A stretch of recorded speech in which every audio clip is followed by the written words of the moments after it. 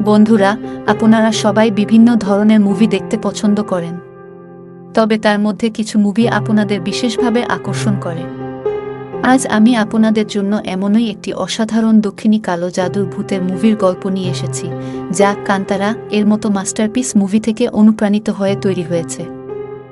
এই চমৎকার মুভির নাম কালিঙ্গা, যা সম্প্রতি দক্ষিণ ভারতে মুক্তি পেয়েছে এবং প্রচুর হিট হয়েছে। চলুন বন্ধুরা, এই মুভিটির ব্যাখ্যা শুরু করি।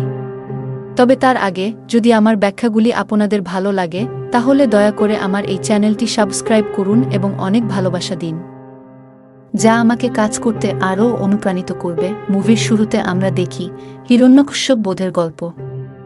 ভগবান বিষ্ণু তখন নরসিংহ অবতারে রূপ ধারণ করেছিলেন হিরণ্যকশ্যপকে বধ করার জন্য, কিন্তু এই বধের সময় নরসিংহ ভগবানের ক্রোধ চরম সীমায় পৌঁছে যায়, যা দেখে দেবতারা ভয় পেতে শুরু করে। দেবতারা এই সমস্যার সমাধান চাইতে মহাদেবের কাছে যায়। মহাদেব সাহায্যের জন্য তার কালভৈরব অবতারকে পাঠায়, তবে নরসিংহ ভগবানের ক্রোধ এত ভয়ঙ্কর ছিল যে কালভৈরবও তা থামাতে ব্যর্থ হয়। এরপর মহাদেব একটি সার্বিক অবতার গ্রহণ করে, যা অর্ধেক পাখি ও অর্ধেক সিংহের মতো। কিন্তু এই রূপ দেখে নরসিংহ ভগবান আরও ক্রোধে ফেটে পড়ে এবং নিজে গেন্ডা বরুড অবতারে রূপান্তরিত হন, যা দুইমুখী পাখির মতো ছিল। এদিকে নরসিংহ ও মহাদেবের মধ্যে শুরু হয় এক ভয়ঙ্কর যুদ্ধ, যা দীর্ঘদিন ধরে চলতে থাকে। দুই মহাশক্তিধর সৃষ্টিকর্তার এই যুদ্ধে ব্যস্ত থাকার সুযোগ নিয়ে অশুভ শক্তিগুলি নিজেদের মাথা তুলে দাঁড়াতে শুরু করে। এই পরিস্থিতি দেখে দেবী আদি পরাশক্তি মা পটঙ্গিরা নামে একটি অবতারে আবির্ভূত হয়। তিনি ভগবান বিষ্ণুর ক্রোধকে নিজের মুকুটে ধারণ করে, যা তার ক্রোধ শান্ত করে। এরপর মা পটঙ্গিরা সেই ক্রোধের অগ্নিকে কাজে লাগিয়ে সমস্ত অশুভ শক্তিগুলিকে ধ্বংস করে। এখানে মা পটঙ্গিরা কালো জাদুকে উল্টে দেওয়ার ক্ষমতাও রাখেন। এই কাহিনী দেখানোর পর শুরু হয় মুভি। 1922 সালে রুদ্রগিরি নামের একটি গ্রাম দেখানো হয়। এখানে আমরা এক ব্যক্তিকে দেখি, যে তার স্ত্রী মল্লিকে খাবার পরিবেশন করতে বলে। যখন এই দুজনে একসঙ্গে খেতে বসে, হঠাৎ মল্লির মনে হয় যেন কেউ তাকে ডাকছে। বিষয়টি বোঝার জন্য মল্লি বাইরে যায়, কিন্তু অনেকক্ষণ ধরে সে ফিরে না আসায় তার স্বামী চিন্তিত হয়ে তাকে খুঁজতে বাইরে বের হয়। তখনই একটি জঙ্গলের পাশ থেকে অদ্ভুত শব্দ শুনে সে এগিয়ে যায় এবং দেখতে পায় মল্লি নিজের হাত কেটে তা খাচ্ছে। দৃশ্যটি দেখে সে প্রচণ্ড ভয় পেয়ে সেখান থেকে পালিয়ে যায়। পরবর্তী দৃশ্যে আমরা ওই গ্রামের আরেক ব্যক্তিকে দেখতে পাই। সাইকেলে করে যাওয়ার সময় সে এক ভয়ঙ্কর সুর শোনে। সেই সুর শুনে সে সাইকেল থেকে নেমে একটি গাছের সঙ্গে মাথা ঠুকে নিজেকে মেরে ফেলে। কিন্তু কেন এই ব্যক্তি এত ভয়ানকভাবে নিজেকে হত্যা করল, এর উত্তর আমরা পরে জানব। এর পরের রাতে আমরা এক ব্যক্তিকে দেখতে পাই যে শেভ করছিল। হঠাৎ করে তার নিজের প্রতিচ্ছবি আয়নায় দেখতে না পেয়ে চমকে যায়। ঠিক তখনই আমরা একটি মেয়ের হাতে সেই প্রতিচ্ছবি দেখতে পাই এবং সে নিজের কান কেটে খেতে শুরু করে। এই দৃশ্যগুলি সত্যিই রোমহর্ষক এবং মর্মান্তিক। গ্রামে একের পর এক এই ভয়াবহ ঘটনাগুলি ঘটতে থাকায় গ্রামের লোকজন আতঙ্কিত হয়ে তারা রাজার কাছে সাহায্যের জন্য যায়। তারা জানায় মনে হচ্ছে গ্রামে কোনো অশুভ আত্মার উপস্থিতি রয়েছে। রাজা তাদেরকে আশ্বস্ত করে বলে, তোমরা চিন্তা করো না, আমি খুব শীঘ্রই এর ব্যবস্থা করব। এরপর রাজা নিজের মায়ের কাছে সাহায্য চায়। তার মা খুবই বৃদ্ধ, প্রায় 100 বছরের বেশি বয়সী এবং শয্যাশায়ী। রাজা তার মাকে গ্রামের ভয়ঙ্কর ঘটনাগুলির কথা জানা। তা শোনার পর তার মা তাদের পরিবারের এক পুরনো গল্পের কথা বলতে শুরু করে। সেই গল্পটি কি তা আমরা পরে জানতে পারব। এরপর তার মা একটি বড় সিন্দুকের দিকে ইঙ্গিত করে এবং বলে সব সমস্যার সমাধান এই সিন্দুকে আছে। রাজা যখন তার মায়ের ইঙ্গিত অনুযায়ী সেই বড় সিন্দুকটি খোলে, তখন তিনি একটি ছোট বাক্স পান। এই বাক্সটি দেখে রাজা বলে, যে প্রতিজ্ঞা করা হয়েছিল তা পূরণ করার সময় এসে গেছে। এরপর রাজা তার সমস্ত ধন সম্পত্তি, পরিবার এবং রাজ্যের দায়িত্ব ছেড়ে একটি ঘোড়ায় বাক্সটি নিয়ে অজানার উদ্দেশ্যে যাত্রা শুরু করে। রাজা নিখোঁজ হওয়ার পর তার মা মারা যায়। অনুমান করা যায় তিনি শুধুমাত্র এই গোপন বিশ্বজটি জানানোর জন্যই এতদিন বেঁচে ছিলেন। এরপর গল্পটি বর্তমান সমাজে ফিরে আসে। আমরা দেখি কিছু মানুষ একটি মৃতদেহের সাথে গ্রাম থেকে বাইরে যাচ্ছে। এখানকার রীতিনীতিগুলি বেশ অদ্ভুত। গ্রামের একজন বৃদ্ধ ব্যক্তি জানায়, এই গ্রামে মৃত ব্যক্তিদের দাহ বা কবর দেওয়া হয় না, বরং তাদের দেহ প্রকৃতির হাতে সমর্পণ করা হয়। গ্রামের বাইরে একটি সীমারেখা রয়েছে, যা 2টি গাছ দ্বারা চিহ্নিত। সেই গাছগুলিতে হলুদ লাগানো আছে। এবং এটি গ্রামবাসীদের জন্য একটি সুরক্ষা চিহ্ন। গ্রামবাসীরা মৃতদেহটি সীমারেখার বাইরে রেখে একটি বিশেষ নিয়ম পালন করে এবং বৃদ্ধ ব্যক্তি সতর্ক করে এবং বলে কিছুতেই পেছনে ফিরে তাকানো যাবে না। সকলেই দ্রুত সীমারেখা অতিক্রম করে ফিরে আসতে থাকে। কিন্তু তখনই দেখা যায় একটি অদৃশ্য শক্তি মৃতদেহটিকে টেনে নিয়ে যায় এবং জঙ্গলের মধ্যে নিয়ে গিয়ে ভক্ষণ করতে শুরু করে। এরপর গল্পটি নতুন মোড় নেয়া। আমরা পরিচিত হই মুভির প্রধান চরিত্র লিঙ্গার সঙ্গে। লিঙ্গা এই মুভির নায়ক এবং পরিচালক। তিনি একজন অনাথ। সে তার বন্ধুর সঙ্গে স্থানীয় মদ বানায় ও বিক্রির ব্যবসা করে। এরই মধ্যে গ্রামটির এক জমিদার পটেলের আবির্ভাব ঘটে। একদিন পাশের গ্রামের এক ব্যক্তি পটেলের কাছে এসে তার জমির কাগজপত্র দাবি করে। কিছুদিন আগে সেই ব্যক্তি তার জমি বন্ধক রেখেছিল।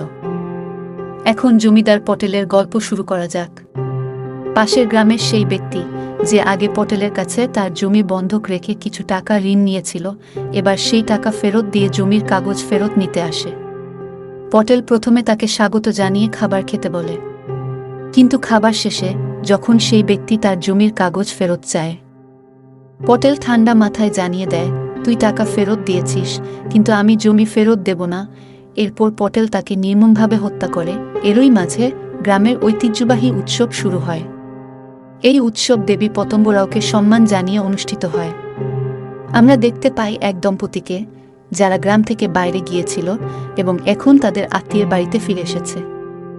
যখন তারা গ্রাম ছাড়তে চায়, আত্মীয় তাদের বাধা দিয়ে বলে, এখন দেবী পুজোর সময়, এই সময় গ্রাম ছাড়া নিরাপদ নয়। রাতের একটি বিশেষ রীতি শেষ হওয়ার পরই তোমরা যেতে পারবে। রাত নামলে আমরা দুই ব্যক্তিকে দেখতে পাই, একজনের হাতে মশাল এবং অন্যজনের মুখে কাঁচা মাংসের টুকরো, মাথায় লাল শস্যে ভরা একটি ঝুড়ি। তারা সেগুলি পুরো গ্রামে ছড়িয়ে দেয়া। এই অদ্ভুত রীতিটি প্রতি অমাবস্যার রাতে পালিত হয়। এই সময়ে গ্রামের কাউকে ঘর থেকে বের হওয়ার অনুমতি দেওয়া হয় না। এরপর গল্প লিঙ্গার জীবনে ফিরে আসে। লিঙ্গা একজন অনাথ যার বাবা মা শৈশবে মারা গিয়েছে। তাকে গ্রামের এক ব্যক্তি বড় করে তোলে। লিঙ্গা গ্রামে বন্ধুর সঙ্গে ঘুরতে বের হয় এবং তার শৈশবের ভালোবাসা পট্টুকে দেখতে পায়। সে তাকে বিয়ের প্রস্তাব দেয়, কিন্তু পট্টু তা প্রত্যাখ্যান করে। রাতের বেলায় লিঙ্গা এক ভয়ঙ্কর স্বপ্ন দেখে। স্বপ্নে সে দেখে একটি ঘোড়া, একটি তলোয়ার, দেবী পতঙ্গরাওয়ের মূর্তি, লাল রঙের দৈত্যের চোখের একটি অদ্ভুত প্রাণী এবং একটি কঙ্কাল। স্বপ্ন দেখে আতঙ্কিত হয়ে সে ঘুম থেকে জেগে ওঠে। এই ধরনের ভয়ঙ্কর স্বপ্ন তাকে শৈশব থেকেই তাড়িয়ে বেড়াচ্ছে, কিন্তু সে কখনোই এই বিষয়গুলি কাউকে বলেনি। গল্পটি এখান থেকে আরও ভয়ের এবং রহস্যময় পথে এগিয়ে যায়। এখন প্রশ্ন হল, লিঙ্গার এই স্বপ্নগুলোর অর্থ কী? পটেলের নির্মম কাজ এবং গ্রামের অদ্ভুত রীতিগুলি এই কাহিনীর সঙ্গে কিভাবে জড়িত? চলুন পরবর্তী অংশে এই রহস্যের উন্মোচন করি। গল্পটি শুরু হয় একটি গর্ভবতী নারীর মাধ্যমে। সে তার ছোট মেয়ের সঙ্গে কোথাও যাচ্ছিল। মেয়েটি খেলতে খেলতে মায়ের থেকে অনেক দূরে চলে যায় এবং হারিয়ে যায়। মেয়েকে খুঁজতে খুঁজতে সেই নারী গ্রামের সীমানার কাছে পৌঁছে যায়। ঠিক তখনই এক বৃদ্ধ তাকে দেখে জিজ্ঞাসা করে, তুমি এখানে কিভাবে এলে? নারী উত্তরে জানায় যে সে তার মেয়েকে খুঁজতে গিয়ে এখানে এসে পড়েছে। বৃদ্ধ তাকে সতর্ক করে দিয়ে বলে, যাই হয়ে যাক, সীমানা পেরিও না। কিন্তু নারী তার কথা না শুনে মেয়েকে খুঁজতে সীমানা পেরিয়ে যায়। কিছুক্ষণ পরে সেই ছোট্ট মেয়েকে দেখা যায়। সে সীমানার এপাশেই ছিল। মেয়েটিও সীমানা পেরোতে যাচ্ছিল, কিন্তু বৃদ্ধ তাকে থামিয়ে দেয়া। বৃদ্ধ তখন ভাবতে শুরু করে, যদি মেয়েটি এখানে থাকে তবে তার মা কোথায় গেল? ঠিক তখনই আমরা দেখতে পাই সেই গর্ভবতী নারীকে, তার গর্ভপাত হয়ে গেছে। হঠাৎই একটি অদ্ভুত প্রাণী তাকে টেনে নিয়ে জঙ্গলের গভীরে চলে যায়। এদিকে গল্পে প্রবেশ করে জমিদার পটেলের ছোট ভাই বালি। বালি একজন অত্যন্ত লোভী, নেশাগ্রস্ত এবং খারাপ চরিত্রের মানুষ। তার চেহারা এবং আচরণ দেখেই বোঝা যায় সে কতটা খারাপ। সে প্রায় গ্রামের গরিব ঘরের মেয়েদের এবং মহিলাদের উত্ত্যক্ত করে। পটেল এবং বালি মিলে পুরো গ্রামের মানুষের জীবন দুর্বিষহ করে তুলেছে। বৃদ্ধ লোকটি যখন সেই ছোট মেয়েটিকে নিয়ে যাচ্ছিল, তখন বালি তাকে জোর করে তুলে নিয়ে যাওয়ার চেষ্টা করে। ঠিক সেই মুহূর্তে পট্টু মানে লিঙ্গার শৈশবের প্রেমিকা একটি বর্ষা হাতে এসে উপস্থিত হয় এবং মেয়েটিকে বাঁচায়।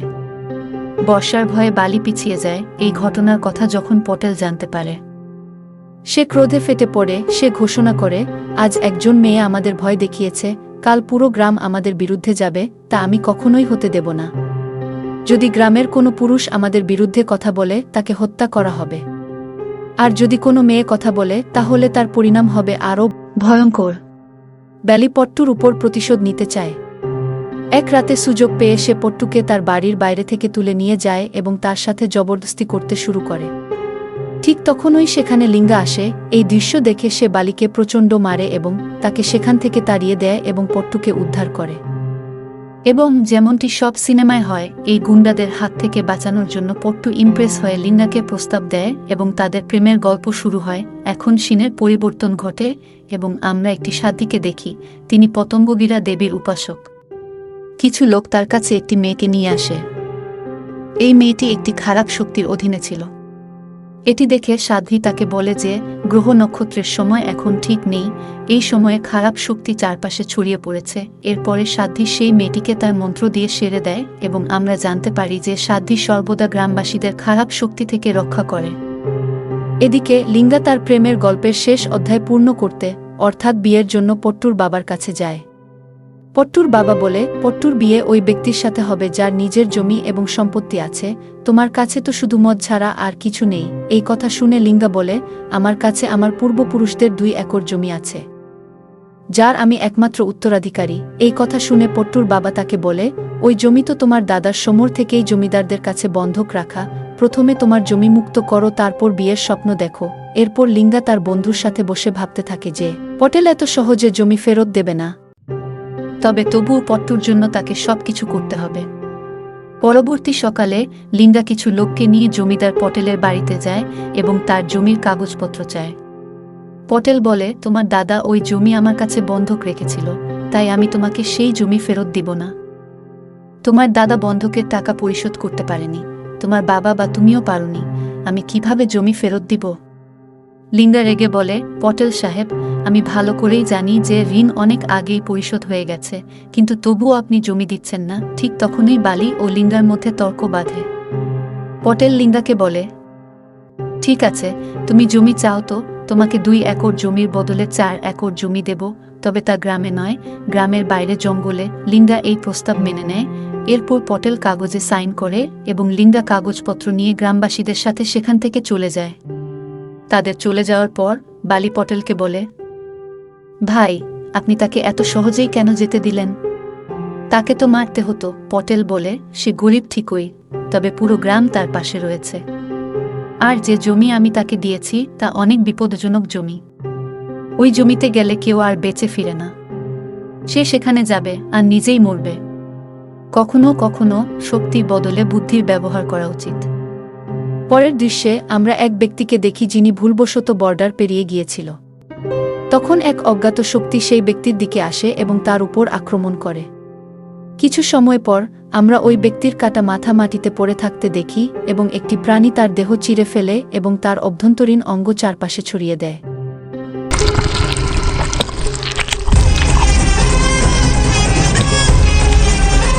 এরপর একটি ফ্ল্যাশব্যাক দৃশ্য দেখানো হয়। সেখানে একদিন লিঙ্গা তার দাদার সাথে জঙ্গলে যায় এবং সেখানে হঠাৎ করে তার দাদা হারিয়ে যায়। লিঙ্গা তাকে খুঁজতে থাকে এবং সেখানেই সে তার দাদার মৃতদেহ একটি গাছের সঙ্গে ঝুলতে দেখতে পায়। আর এই দৃশ্যই লিঙ্গার মধ্যে সেই স্বপ্নের মতো বারবার চলে আসছিল।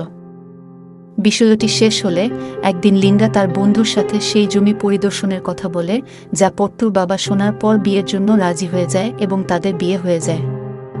সব কাজ শেষ হওয়ার পর একদিন লিঙ্গা তার বন্ধুর সাথে সেই জমি দেখতে যাওয়ার কথা বলে। এরপরে যখন পট্টু মন্দিরে যায় পূজা করার জন্য এবং পূজার শেষে মন্দির থেকে ফিরে আসার সময়, তখন সেখানে ওই সাধ্বী তাকে বলে যে তোমার স্বামীর জীবন বিপদমুক্ত রাখা জরুরি, তার উপর রাহু এবং মঙ্গল এর অশুভ যোগ রয়েছে। এই কথা শুনে পট্টু আতঙ্কিত হয়ে পড়ে এবং রাতে যখন লিঙ্গা বাড়ি ফিরে তখন পট্টু তাকে বলে, তুমি ওই জমিতে যেও না, ওখানে যে যায় সে আর কখনো ফিরে আসে না। লিঙ্গা তাকে উত্তর দেয়, তুমি চিন্তা করো না, আমার কিছু হবে না। পরবর্তী দিন সকালে লিঙ্গা এবং তার বন্ধু গ্রামের সীমানা পেরিয়ে জঙ্গল দিয়ে এগিয়ে যাচ্ছিল। একটি হ্রদ পেরিয়ে তারা চলতেই থাকে, কিন্তু হঠাৎ তারা অনেক মানুষের কঙ্কাল এবং হাড় দেখতে পায়। এটা দেখে লিঙ্গার বন্ধু বলে, চল এখান থেকে ফিরে চল, কিন্তু লিঙ্গা তার বন্ধুকে থামিয়ে দেয় এবং অবশেষে তারা সেখানে জমি খুঁজে পায়। তবে এটি শুধু নামমাত্র জমি ছিল, আসলে এটি ছিল একটি ঘন জঙ্গল। তা দেখে লিঙ্গার বন্ধু বলে, এটা তোমার 4 একর জমি, তুমি যা করতে চাও করো। লিঙ্গা বলে, আমি অবশ্যই কিছু না কিছু করব। রাত হলে তারা সেখানে ক্যাম্প বসিয়ে একটি জলপ্রপাতের পাশে বিশ্রাম নেয় এবং ভাবতে থাকে, এখন এই জমির দিয়ে কি করা উচিত। এখন আপনাদের মনে একটি প্রশ্ন উঠতে পারে যে, যখন বর্ডার পেরোলেই সবাই মারা যায়, তাহলে এই দুইজন এখনো কিভাবে বেঁচে আছে? এর উত্তর আপনাদের একটু পরে দেওয়া হবে। পরের সকালে যখন লিঙ্গার বন্ধু ঘুম থেকে ওঠে, সে দেখতে পায় যে লিঙ্গা সেখানে নেই। সে লিঙ্গাকে খুঁজতে থাকে এবং কিছুক্ষণ পরে তাকে একটি গাছের নিচে বসে বিড়ি খেতে দেখে। কথা বলতে বলতে লিঙ্গা তার বন্ধুকে বলে যে এই জমির বাইরে এখানে আসার আরও একটি বড় উদ্দেশ্য ছিল। আসলে লিঙ্গা জানত যে যে স্বপ্নগুলি সে ছোটবেলা থেকে দেখত তার মানে কি ছিল, এবং যখন সে ছোটবেলায় তার দাদার সাথে এখানে এসেছিল তখন তাদের সঙ্গে শেষ পর্যন্ত কি হয়েছিল এবং তার দাদাকে কে হত্যা করেছিল। এদিকে বালি তার ভাইয়ের কাছে এসে বলে, আমি আগেই বলেছিলাম ওই লিঙ্গাকে মেরে ফেলো। 3 দিন হয়ে গেছে আর তার কোনো খবর নেই। প্যাটেল বলে, তুমি চিন্তা করো না, 3 দিন কি 30 দিনও হয়ে যাবে, তবুও সে এখানে ফিরে আসবে না। আজ পর্যন্ত কেউ আসেনি এবং সে কখনো আসবে না। এই কথা শুনে বালি রাতে পট্টুর কাছে যায় এবং বলে, এখন তোর স্বামী আর বেঁচে ফিরে আসবে না, আমি আসব তার বদলে। পট্টু রেগে গিয়ে বালিকে ভয় দেখিয়ে তাকে সেখান থেকে তাড়িয়ে দেয়। অন্যদিকে যখন লিঙ্গা ঘুমাচ্ছিল তখন পট্টু তার কাছে আসে এবং বলে, লিঙ্গা তাড়াতাড়ি উঠো, সে আসছে এবং আমাদেরকেও মেরে ফেলবে। লিঙ্গা কিছু বুঝে উঠতে পারে না যে পট্টু এখানে কিভাবে এসেছে এবং কে আসছে তাকে মারতে, এবং পট্টু তাকে কোথায় নিয়ে যাচ্ছে। তখন হঠাৎ কিছুটা এগিয়ে গিয়ে পট্টু হাওয়া হয়ে যায়। এটা দেখে লিঙ্গা জোরে চিৎকার করতে থাকে, কারণ আসলে এটা তার নিজের কোনো ভ্রান্তি ছিল। পরের দিন লিঙ্গার বন্ধু আবার লিঙ্গাকে খুঁজতে থাকে এবং তাকে একটি জায়গায় দাঁড়িয়ে থাকতে দেখে। সে রেগে গিয়ে প্রশ্ন করে, তুমি প্রতি রাতেই কোথায় চলে যাও? লিঙ্গা তাকে পুরো কথা বলে, আমি এখানে আমার দাদার বাক্স খুঁজছি, যা অনেক বছর আগে এখানে পড়ে গিয়েছিল।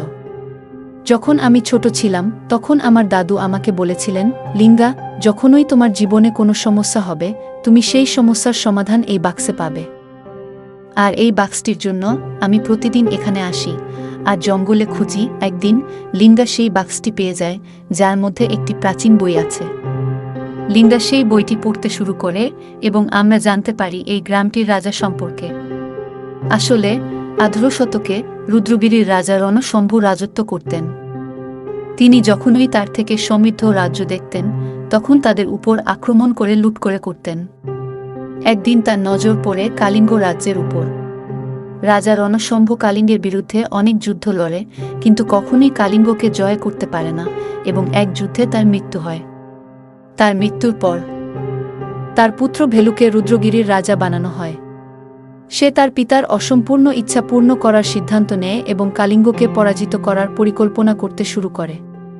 সে বুঝে যায় যে কালিঙ্গের মতো শক্তিশালী শত্রুকে সরাসরি যুদ্ধ করে পরাজিত করা সম্ভব নয়, তাই ভেলু কালো জাদুর শক্তির সাহায্য নেয়। সে কালো জাদুর শক্তি থেকে অসুদাক্ষী নামক এক রাক্ষস সৃষ্টি করে এবং তার সাহায্যে কালিঙ্গের উপর বিজয় অর্জন করে সেখানে থাকা সমস্ত সোনা লুটে নিয়ে আসে। তবে তার জানা ছিল না যে প্রথম গিরা মাতা হল কালিঙ্গ রাজ্যের কুলদেবী এবং তাদের সম্পদ তাদের কৃপা দ্বারা আসে। সোনা লুট করার ফলে দেবী মাতা প্রতঙ্গিরা অসন্তুষ্ট হন এবং ভেলুর কালো জাদু তার জনগণের উপর ও তার উপর বিপরীত প্রভাব ফেলতে শুরু করে। তার সেনা এবং জনগণ নিজেদের শরীরের অংশ কেটে খেতে শুরু করে এবং দাক্ষীয় ভেলুর নিয়ন্ত্রণ থেকে বের হয়ে গিয়ে তাদেরই মারতে শুরু করে। ভেলু তাকে পুনরায় নিয়ন্ত্রণে আনতে চেষ্টারত হলেও তাকে তার প্রাণ পর্যন্ত দিতে হয়। এরপর দাক্ষী মাতা রুদ্রগিরির দিকে এগিয়ে যেতে থাকে। এদিকে ভেলুর স্ত্রী শকুন্তলা দেবী গিরি নামক এক ঋষির কাছে গিয়ে এই সমস্যার সমাধান জানতে চায়। ঋষি বলে, এসব তোমার স্বামীর পাপের ফল, এটি তোমাকে ভোগ করতে হবে, এখন আর কেউ তোমাকে বাঁচাতে পারবে না। এটি শুনে শকুন্তলা কান্না করতে শুরু করে এবং বলে, আমার স্বামীর পাপের শাস্তি নির্দোষ লোকেরা ভোগ করছে, দয়া করে সমাধান জানান। তখন ঋষি বলে, তোমাকে দেবীর আরাধনা করতে হবে, তোমাকে গ্রাম থেকে বাইরে পতঙ্গী দেবীর মন্দির তৈরি করতে হবে।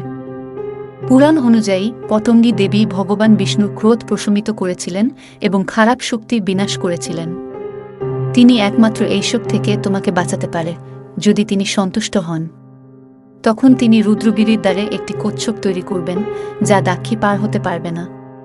তবে তোমার স্বামী অনেক বড় পাপ করেছে, এর পরিশোধ তোমাকে ত্যাগ দিয়ে করতে হবে। সময় আসলে তোমার বংশের এক রাজাকে তার রাজত্ব, পরিবার সব কিছু ত্যাগ করতে হবে। সেই রাজাকে দেবীর মূর্তি এবং যত সোনা আছে তা সব একটি গুহায় নিয়ে রেখে দিতে হবে এবং সেখানেই নিজের প্রাণ বিসর্জন দিতে হবে। এটাই একমাত্র সমাধান, কিন্তু শকুন্তলা এই ব্যাপারে কাউকে কিছু জানায় না। সে জানত যে বলি তার স্বামীকে অথবা তার ছেলেকে দিতে হবে।